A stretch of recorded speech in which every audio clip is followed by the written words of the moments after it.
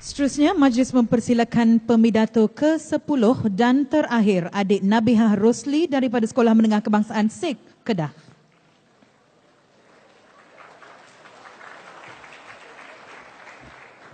Beliau akan menyampaikan pidatonya bertajuk Faktor Memilih Pelbagai Unit Amanah di Pasaran sebagai Instrumen Pelaburan Utama.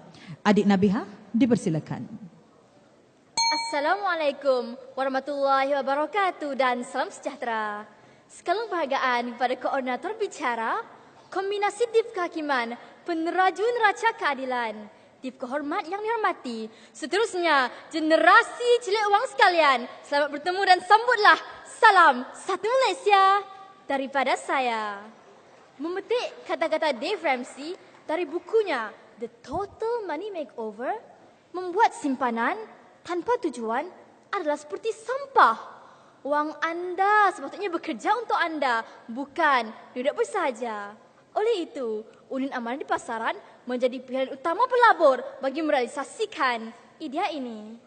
Persoalannya, mengapakah unit amanah dipilih sebagai instrumen pelaburan utama?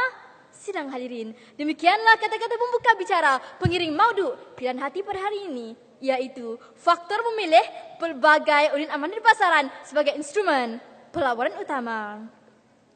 Sidang penonton penuh santun. Sebelum bahtera berlayar, eloklah sama-sama kita merungkai dan menghurai idea tersirat model pidato yang dimaterai.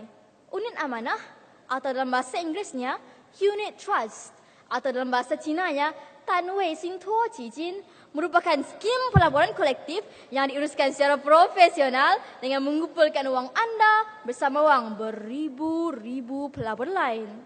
Sidang hadirin, usul bicara kita pada hari ini akan meninjau faktor-faktor yang menyebabkan unit amanah diangkat sebagai warta pelaburan yang dominan.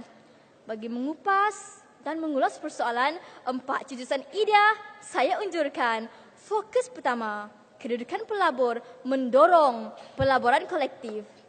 Apabila pelaburan kita melibatkan keuntungan yang tinggi, maka secara langsung modal yang dikeluarkan serta risiko yang ditanggung juga akan turut meningkat. Selain itu, kos perbelanjaan bagi membeli saham dari bursa saham pula bermula pada harga minimum RM1,000 Malaysia. Jadi kita lihat ramai pelabur berpendapatan sederhana ingin membuat pelaburan, namun mereka tidak mempunyai aset atau sumber kewangan yang mencukupi.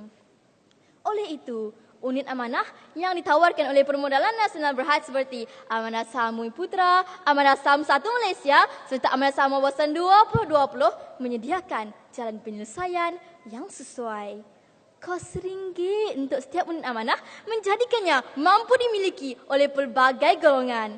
Selain itu, kadar risiko unit amanah adalah rendah, lantas menjadikannya bentuk pelaburan yang ideal bagi kebanyakan pelabur berpendapatan sederhana. Sidang umat bermatlamat. Fokus kedua, matlamat pelaburan pendukung populariti unit amanah. Hadirin dan hadirat, mengapakah kita melabur? Kita melabur pastinya dengan niat.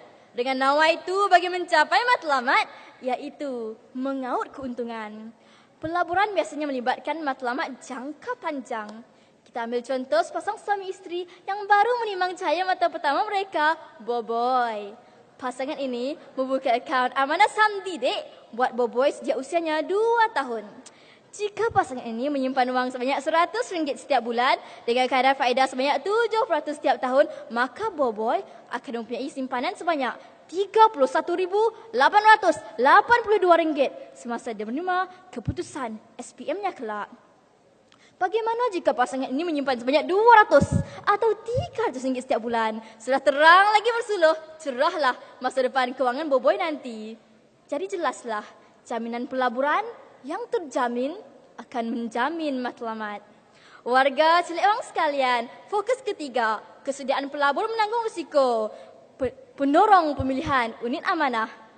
Sekiranya seorang pelabur itu berkerjaya dan tidak mempunyai sebarang tanggungan, maka beliau mampu menanggung risiko pelaburan yang tinggi. Sebaliknya, seorang pelabur yang mempunyai tanggungan pula tidak mampu menanggung risiko sedemikian.